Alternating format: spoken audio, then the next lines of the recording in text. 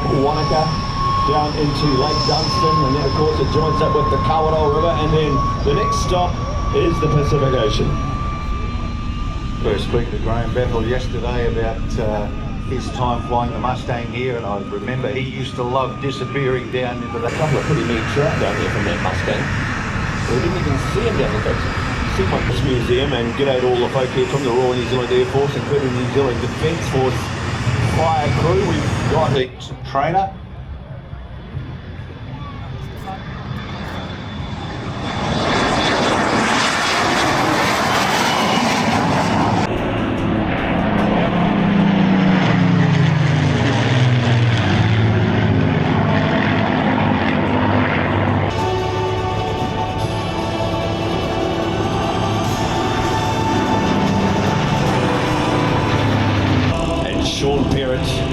flying the Mustang.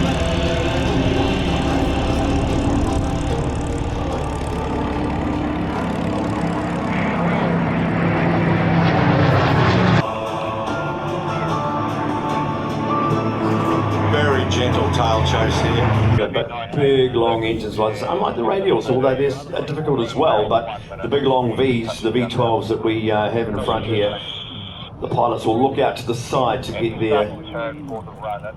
Aeroplanes like Mike's Corsair, it's not only the runway, it's the whole airfield. Everything. I leave it on the grass, ladies and gentlemen. The P-51, short parrot. Turn to flight books on the Spitfire and the Mustang are available there, produced by Brendan Deere. Ford aircraft. A lot of them too, post-war, ended up in hydroplanes. I'd rather not think of that.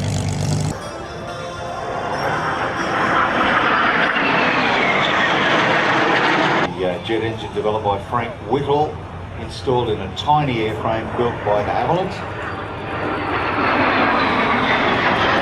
Jet engine as well. That never saw service. And unfortunately, the Vampire never went into service in World War II. The reason being was quite simple. They handed the British were developing the engines of the best in the world, and they handed over to the Americans to put into the prototype of their shooting star. But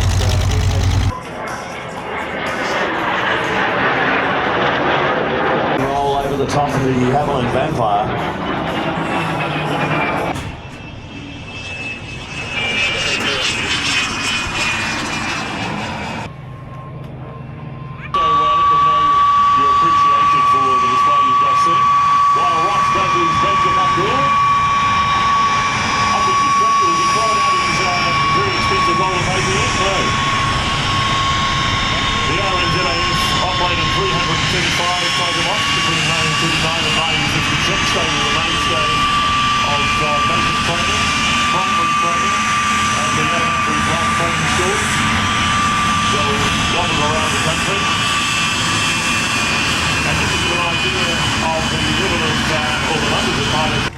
Such a beautiful sound. 1,750 horsepower up there.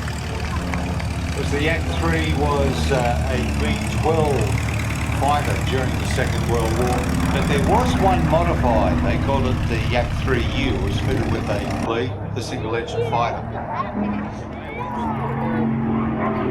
Under its belt. This probably hits the last part of its name there, and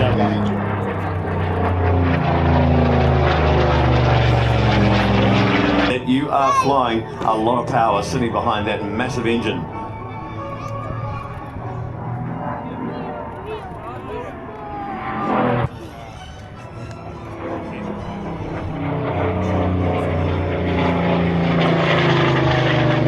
There are restrictions with propellers approaching speeds like this. Now there's a good photo opportunity.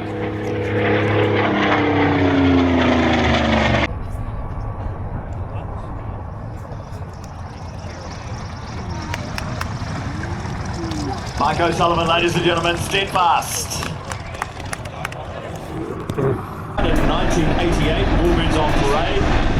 so we'll just run through the helicopters first off. From the left we have Mr. John Lamont in the EC 120 Airbus. Then we have Mr. Pete Spencer-Bauer, Chris Spencer-Bauer, the AS 350, Dean Williamson, Grant Sylvester, 500, the 44, Pete Spencer-Bauer, the 500 in the Notlar, the one with Notlar, right? Out of Central Southern Helicopter, Jeremy Engels. Directly out in front of us, a little Curie. There's Travis Chambers from Wanaka Helicopters. That place in the R44.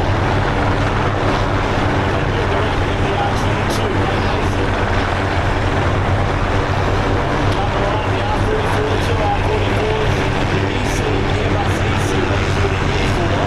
And flying by Chris Spencer-Bauer and his dad at the far end in two horses, the UH-12B helicopter.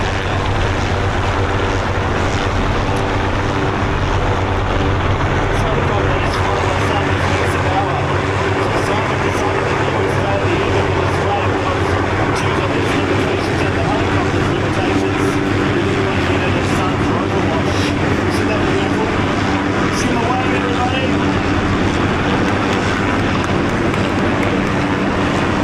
So from left to right, we've got the EC-120, the AS-350, the E2, the Hughes-300, the Hughes-500, the EMD-520 Nova, the Green, Robinson R-22 moving away, the R-44, there's two of them, the EC-150 moving forward, lovely turn, and Simon Spencer-Bauer getting off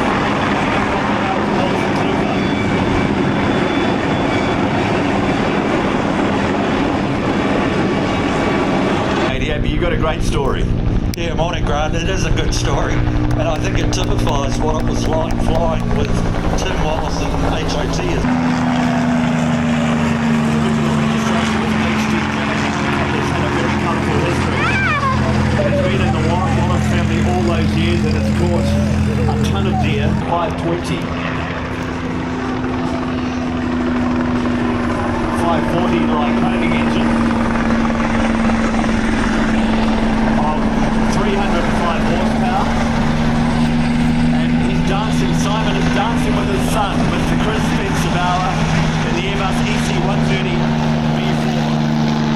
Father and son.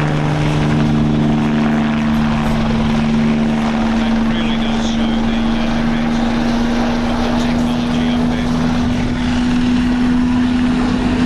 Well, she's still up. It went up to the new heritage as well. It certainly does.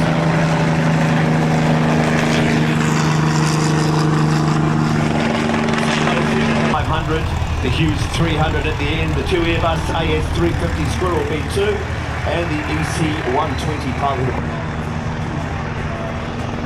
Father and son, ladies and gentlemen, boys and girls.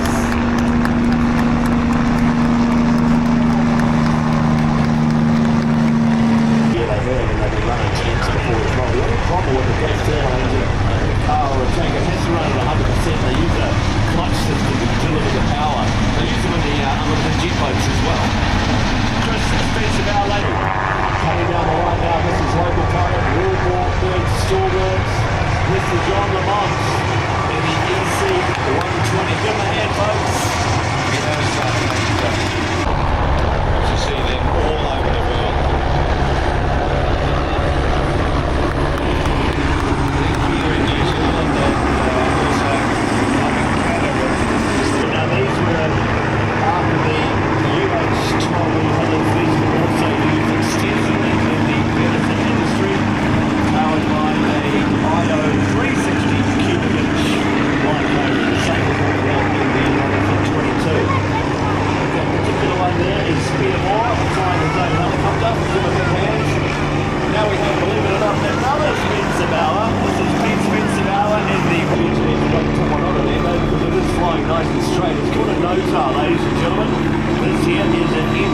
R20 Nota, operated by Central South Island. Well, what it does, it uses an air ducting system down the tail boom, and it directs air out either side to keep the thing straight through the vertical axis. Fenestra tail rotor, along with the R22s, these are training helicopters at Wanaka helicopters. That one flying by Travis Chalmers. Here is the Robertson R22, flying by Greg Kiley. The Robertson R4 and Blake Mason in the Oxmo. Lloyd Ferguson owned Robertson R44. Do you know, Endo, that these can actually outlift the Hughes 500 C-Mod, which is the R44s. That's it. And they also have a 66 mod as well. That's right, the turbine versions, they're very fast too. Here it is, folks. Granddaddy of them all, Mr. Simon Spencer Bauer. In the colour, the Alpine Helicopters colour UH-12E, purchased in 1960 by Alpine Helicopters. Saying to Broads back there that the DC-3s are a bit like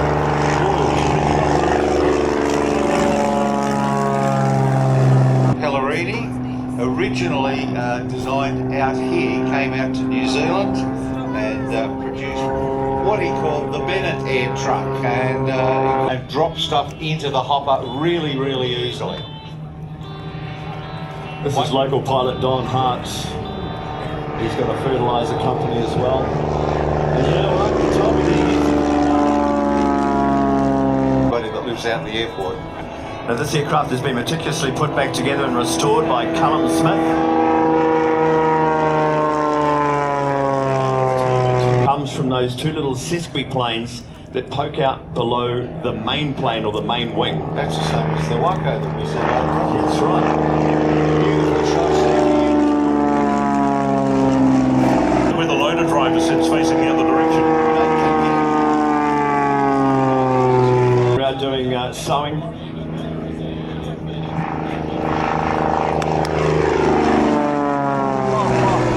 Variants of these, and including, they were even looking down at putting a PT6 turbine engine on one of these, a turbo shaft. Yep.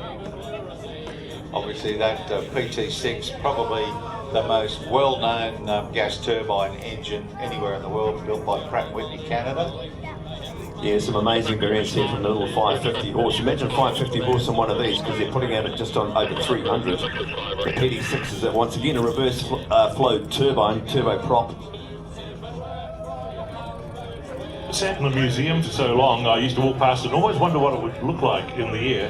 I have to say I'm really impressed with that thing this weekend, and it's great that there's such an eclectic mix of airplanes here, and that's what makes this such a magical show, really.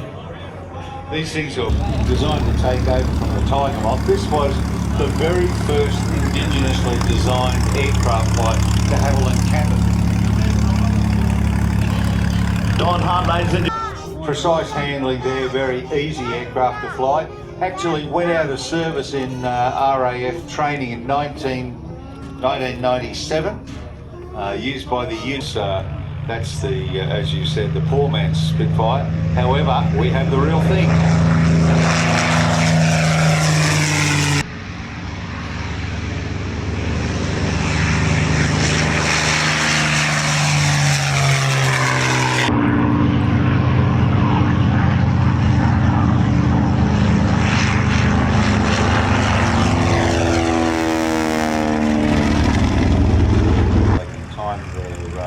Time their transit from the holes to be perfectly on time over the airfield water display. TBM/TBF Avenger.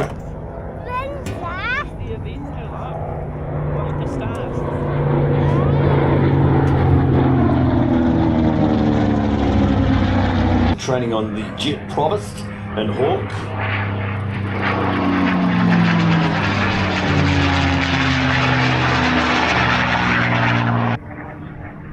Was originally the aircraft went into service basically as Army cooperation aircraft. Not as fighters. Some representatives from Rolls-Royce looked at the aircraft, it fitted the Merlin, and the rest is history. Really hear that on the Spitfire. There it goes again.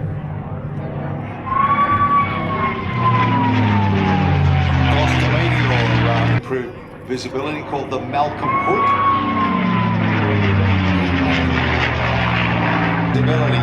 They created this bubble canopy, and that introduced the P51D. It's the difference in philosophy between the British and the Americans. They kept it really simple in America. And the grommet of edge.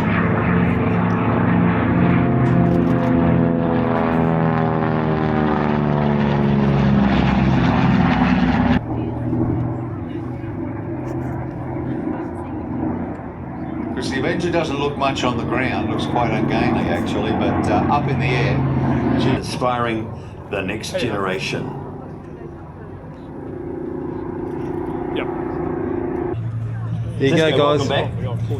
Thank you guys so much for having us back. If you're hearing my voice again, that's probably a pretty good sign that we've got our American Eagles getting ready for takeoff. From the left, welcome our American Eagles to the sky.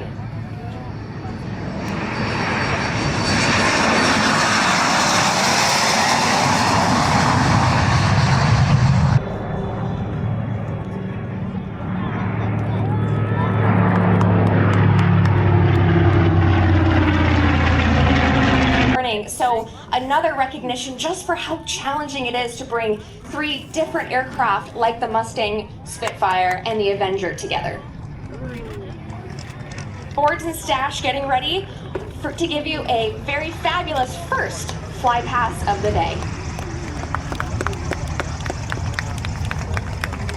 Boards called Smoke On, ready now?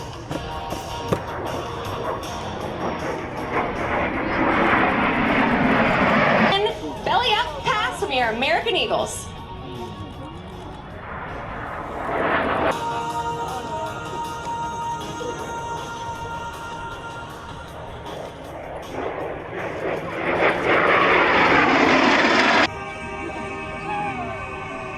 Hello. Yes. It actually just flies like a little airplane. I always tell people it kind of flies like a big Comanche. So 60 to 1, so for every 60 forward, you're only losing 1.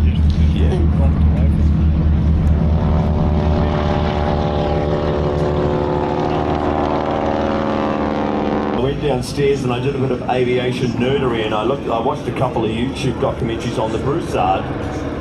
Beautiful beaver coming through, folks, the DHC-2 beaver. This one, the ex-Royal New Zealand Air Force, has spent some time down on the ice in Antarctica. Medical evacuation machine, used extensively by the French in North Africa, particularly Algeria during the War of Independence. It was sort of built up, increased the internal carrying capacity. There's a big, they're very utilitarian, the Broussards. Pete just bringing it through there now. It's got a big water tank down the back of it for hydration. And on top of the water tank, the cap is actually a spare fuel cap. So they think of everything. You know, if you lost a fuel cap, you can take the cap off that and then put it on your wing, because you don't want to be losing fuel. Interestingly.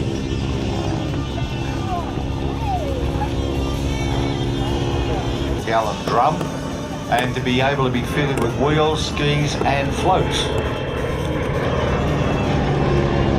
Inside, the very name Broussard, and means Basically, the MH152, the first prototype, was powered by a Samson 8AS04 inverted V8 engine, and they even had the MH153, which first flew in June 1957, powered by a turbo mecha, as Astazoo turboprop engine. Turbo mecha is now Safran. Beautiful. Used extensively. The very first aeroplane went to the Ontario Department of Lands and Forests. They were actually a partner in the design process. US Air Force picked them up and called them the L-20, L for liaison. Later changed to the U-6 in Vietnam. The Broussard itself is nicknamed the French Beaver. It was used extensively for crop spraying, freight, charter, and also parachuting. It was one of your great exponents of the DHC-2. Pallet Griffin. Tens of thousands of hours flying these and other ag aircraft. So with the Beaver there, Ando, too, what can't be put on an undercarriage leg, can't be put on an undercarriage leg. They've had everything from skis to wheels. Yep, exactly, and used on floats as well. Used to service outlying tourist spots, mines, all over Alaska.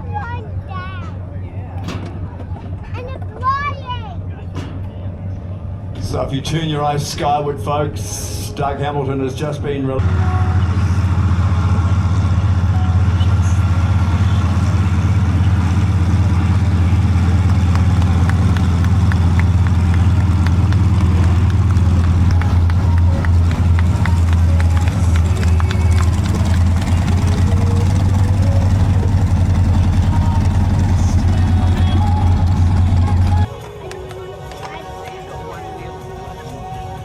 So there's his position spot just up at the taxiway there. Alpha 1.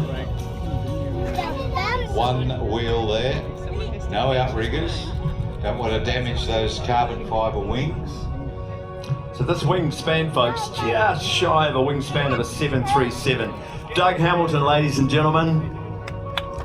Spoilers out the top there, the brilliant brakes. What a display of flying.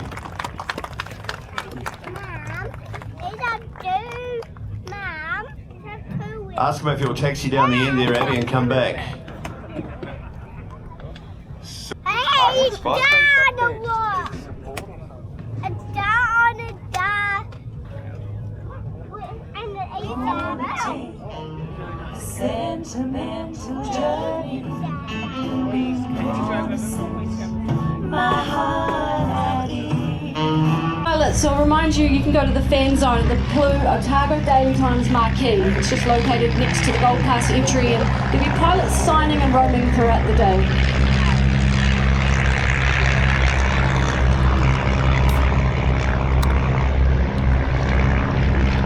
Folks, put your hands together for Abby Durrell for that great description of that incredible radio control aircraft. The most powerful aircraft of the whole airship, yes, bear in mind. Have the Tiger Moths taking off now, and I'll just make note of this yellow one, Lily, that's just gone past that. Russell Brody, father of Ross Brody, is flying here. And believe it or not, he is the only pilot ever with one eye to be flying at Warbirds over Wanaka. He's the first person in New Zealand with Class 2 medical to be flying, so don't ever be discouraged. There's multiple ways you can get into aviation, whether you're in the pilot seat or not. Where there is a will, there is a way. Keep an eye on the rest of the aircraft. And Russell Brody's operational. 27 litres in that car. It's chain driven. Driver today is Ryan Joseph, co-driver, riding mechanic is Sam Miller. And like 1908. Beautiful formation of tigers coming through there with the fox moth and the chippy. Isn't that beautiful, ladies and gentlemen? So we see all gypsies on avgas, the fox moth and the DH-82As are all really.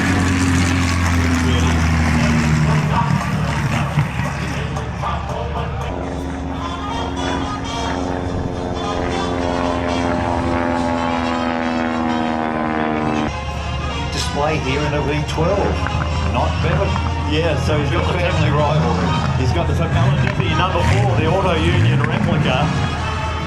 It's got the dual wheel system on the back there for hill climbing. Originally, have a look at that Waco as a top. You absolutely do. All those letters, and then there are letters and number combinations as well, describe what the wing configuration is, what the engine, what the fuselage or cabin type is. There goes that Ryan piloting. De Havilland's coming through again, folks. Led by Lachlan Falconer, our assistant display director here at Warbirds over Wanaka. Works for Airways as well. There's Queenie BFS.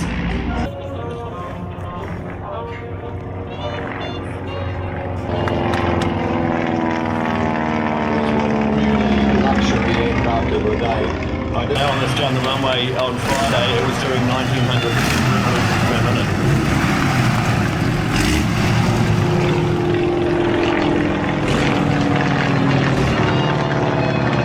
I love the windscreen. They looked at modifying the aircraft. They swept the wings back, they staggered them forward. Later on, adding a little bit of dihedral to the lower wing. Lo and behold, the Tiger Moth, the third aircraft to carry that name. Make you in Warbirds loaded Wanaka. I just wonder why there's that edict with regard to that. The reason for them there is, what I've been told, is the fact that if you two up with the pilot and instructor and you get into a spin, they spin rather flat. So very experienced pilots like Simon Spencer-Bowell says to me, you don't need them. But it's in the book somewhere. It's in the book, and if you play, of course. So that's the Royal Chipmunk we see up there. This is Bevan's aircraft. Bevan's very own aircraft. He first displayed that here at Warbirds over Wanaka as a very young man. Kripner, where you turn one way and your teeth go the other. We'll see some of that come out later on this afternoon too with the Southern Force. But the Chipmunk +7 -4, it's a very strong aircraft. Here's that beautiful Fox moth. Imagine that bringing back loads of white bait in your pocket ticket. And as we were saying that, you've only got 130 horsepower, still the same Gypsy Major engine, and yet they were flying them all through the Alps here. It's the same wings basically as the Tiger. Yeah. Play line and the little chippy.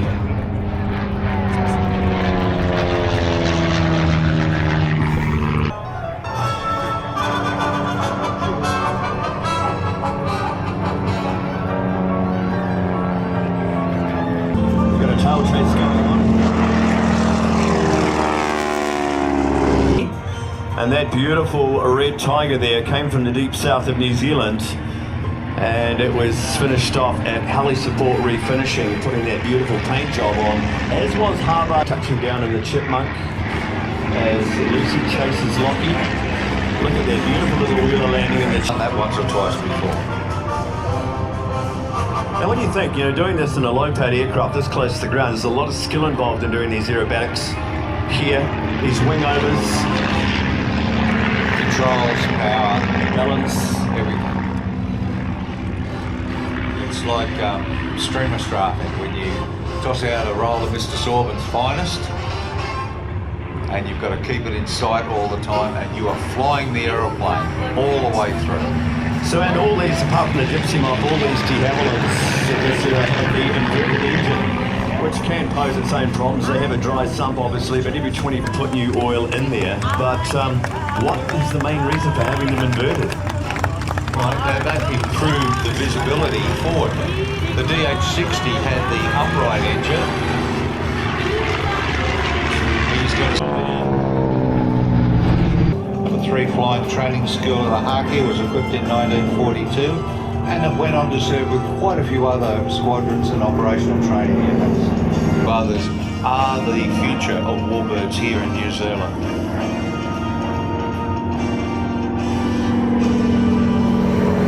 As well, Bevan coming through from the left now, folks, a high-speed pass. You too can actually get in this machine, take a ride in with Bevan.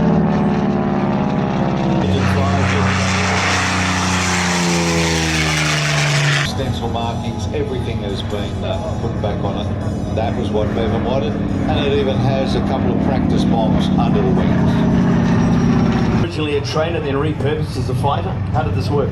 Yeah, so you've just seen the Yak 3U take off with Graham Free. That was a frontline fighter, and later in the war the Yak 9 also frontline fighter. And the Yak 7 was originally developed as the two-seat trainer, so it's fully dual control. You can fly it from the back seat, which is quite special. And then the Russians armed the Yak 7 with cannons and machine guns to back of the Yak 7B. So mine's in a B configuration with a 20mm cannon firing through the nose cone, and two 12.7mm machine guns on the above the engine on the cowls. What was your interest out of Tauranga to acquire a Yak 7B of all aircraft? Why didn't Mike O'Rourke have a Mustang in his garage? He probably will at some stage. Loved the idea. The Yak is a very special machine and not well known in the West because it was Eastern Bloc. The Eastern Front during the war was very vicious and very big and very involved, and much greater efforts put in than on the Western end, which we all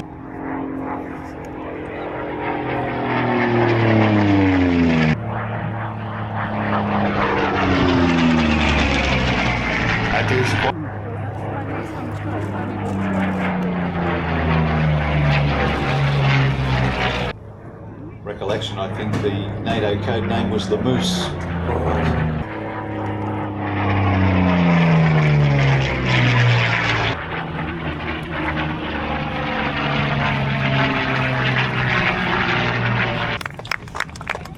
The flaps in this are pneumatically operated, so they're either on or they're off.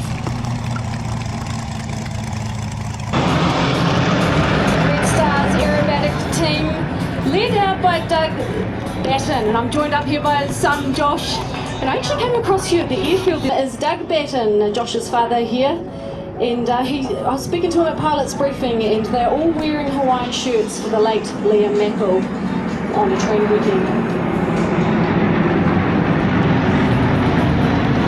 Amongst the blue formation, well, call sign Bill.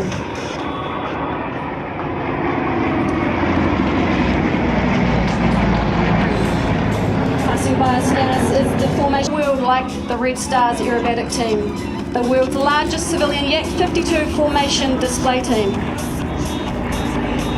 Tells me Huggy's doing a black stall turn half Cuban 4-point roll.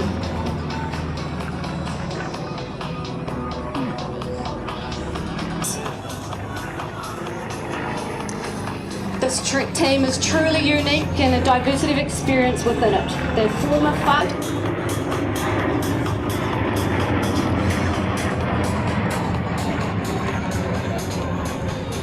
Coming up high above is the red formation team, Brian Coppersmith, call sign BJ.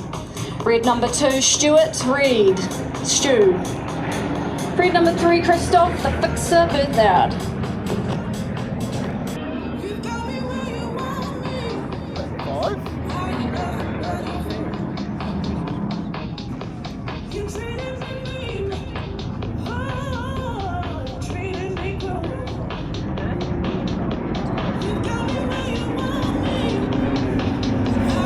Each aircraft you see is individually owned and maintained, yet they operate. There comes Huggy with a loop and a snap roll.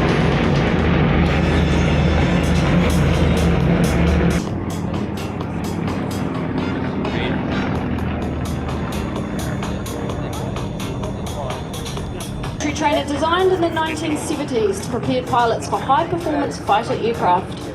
It's powered by a 360 horsepower 9-cylinder radial engine.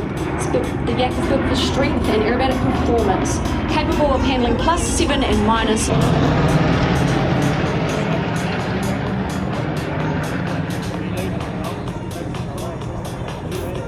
These Yaks are simple, rugged and highly manoeuvrable. The Yak 52 has become one of the most popular aerobatic warbird trainers in the world.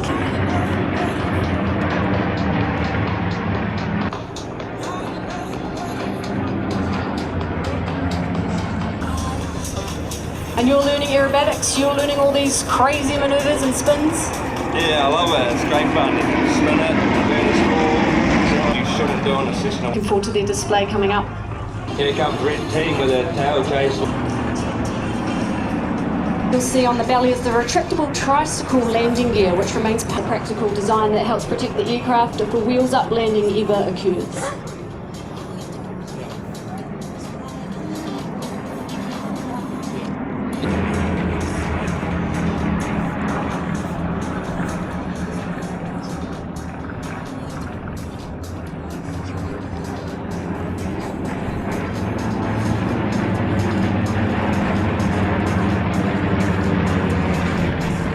Canopy pass.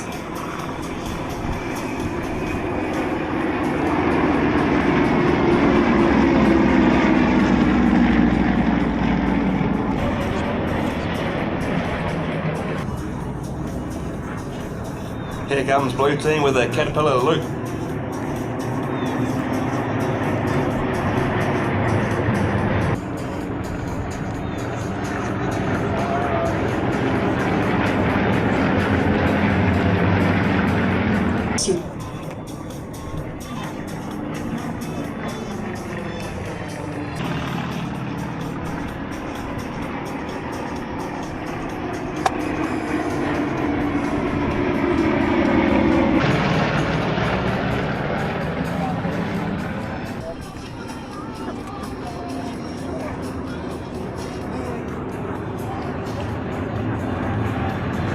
Here comes blue team with a dairy turn low pass.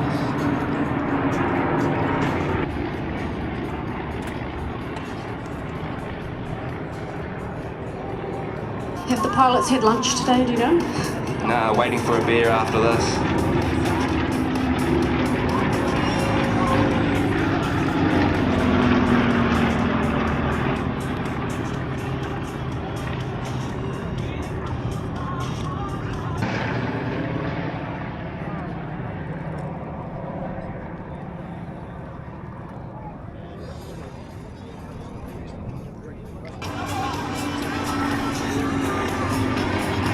Is the Southern Force.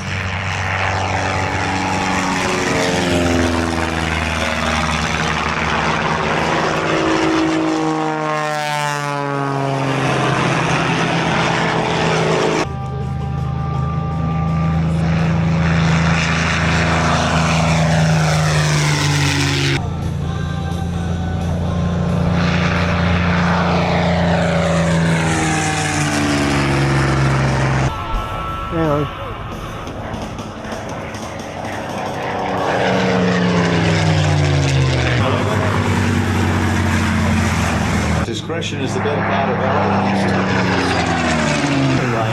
Will be made a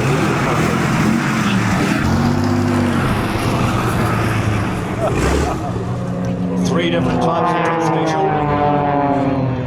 We've got Andy Love, he's the #1 lead, and the red one, PUG, Mark O'Sullivan, also flying steadfast here this weekend, the #2 left wing in the green, pit special, and then the new one is flying by Lincoln James.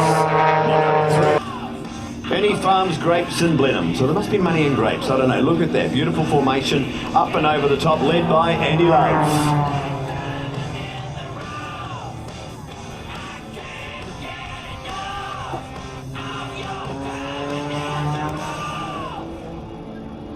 I swear after every practice I see Andy Lovey get shorter.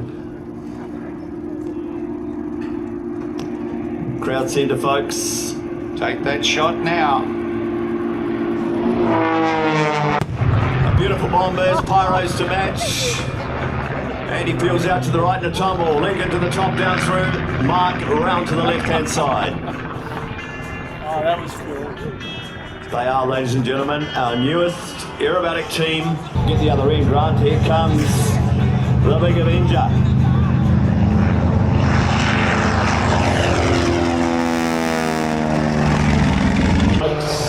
And the 260 horsepower. This one's got the 540 in it. A 6-cylinder, touching down deep. You see, touching down. Now, as you can see, much smaller. We weren't upright for very long. Once we got airborne here at Wanaka, it was pretty much a corkscrew all the way to Cromley. He's a great pilot. There's Lincoln Jones, touching down now in the S2C. Ladies and gentlemen, the Southern Force! So this one come out of Duxford, folks. Friday a week ago, it arrived at Heli Support in a 40-foot container. It was a flat-pack Spitfire. It's a PR11, Jim. Tell us a little bit about what the PR stands for and what these people did. Yeah, your dad flew one. Yeah, he flew well, the PR youth, both got reconnaissance unit aircraft. He was assigned at Scotland, if you like, to the RAF and 681 Squadron of Burma.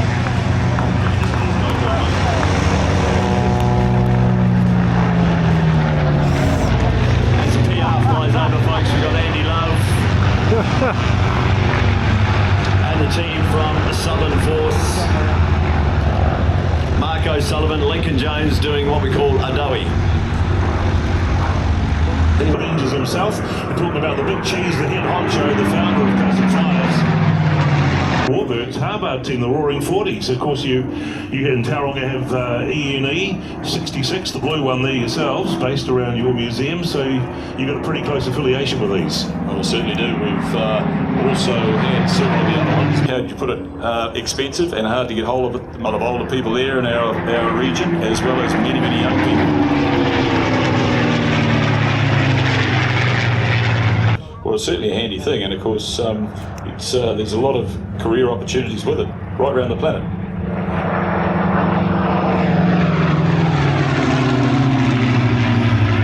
Now from our left, many of them have been in syndicates over the years, where collective membership has made the load lighter.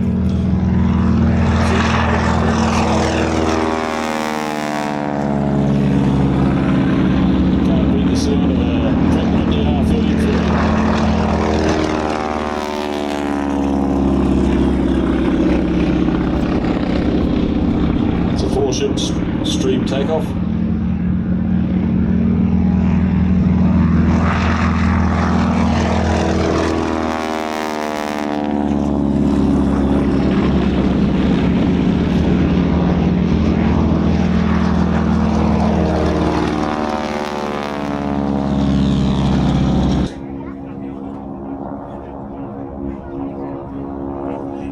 Actually, the first warbird in Australia apparently was a Kiwi warbird. Endo's giving me was it one of these? It was a Harbard. Which number was that one? Can you remember? Was it 91? I'm not sure, but I think that's the one that eventually went.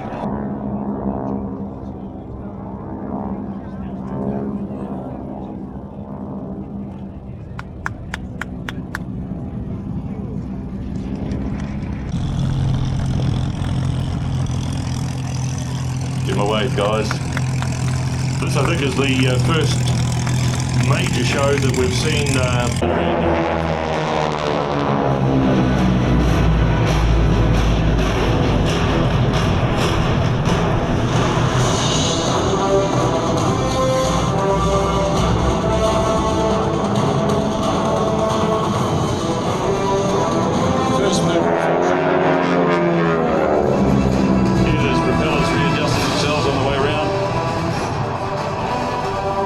Need them. And our soloist today in the back is Frank.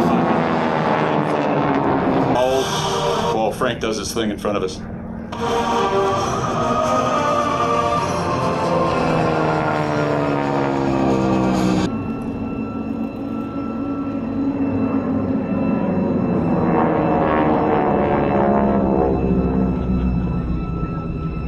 And down into a downward bomb burst. Beautiful. Look at that against that sky.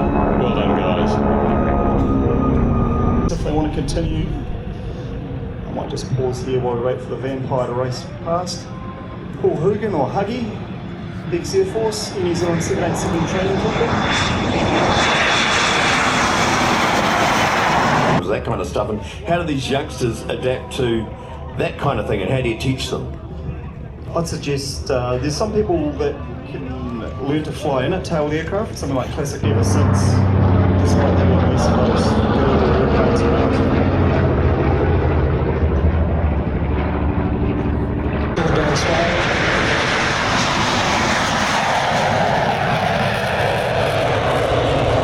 We won't go too deep into the... He comes through in the Vampire, folks.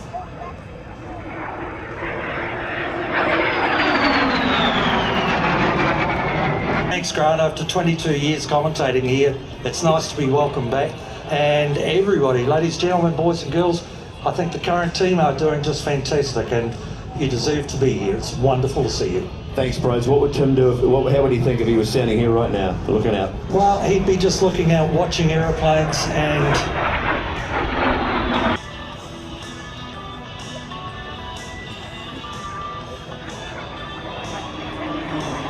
performance aircraft. They were heavy, they wallowed, and they had a lot of time lag if you push the throttle forward. Only good doing the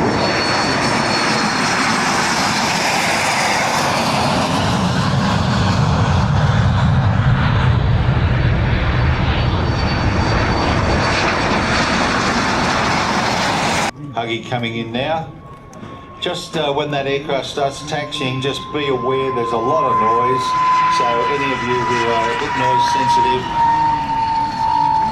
Fly and be a fighter pilot for Fighter Jets NZ.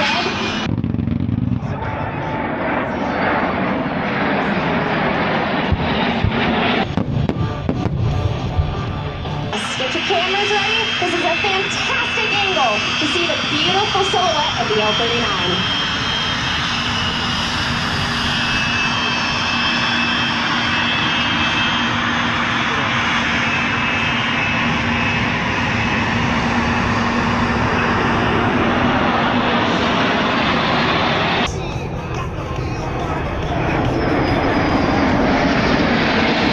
The roll rate.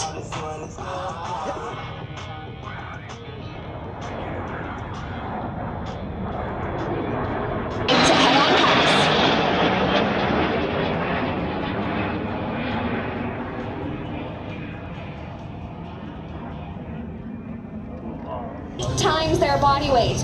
Watch and let's see how well they do their head-on pass.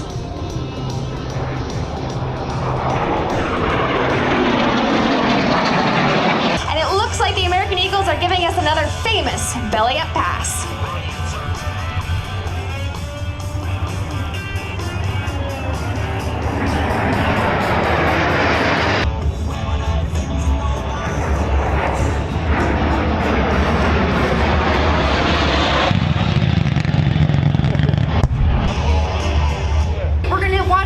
As he leads the American Eagles into a Diamond 360, keeping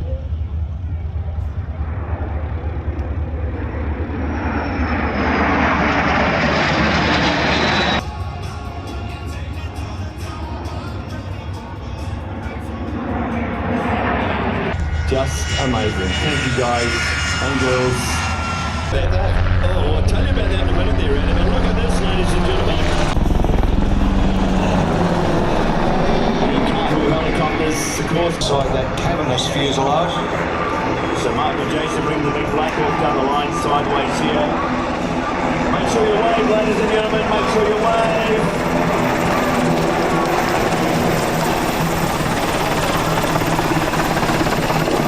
2 hours.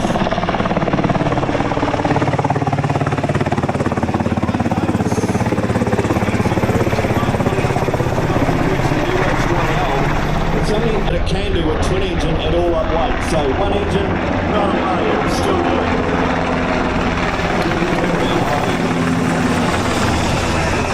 It's now one of the rescue of 12 survivors and providing aid to victims receiving the New Zealand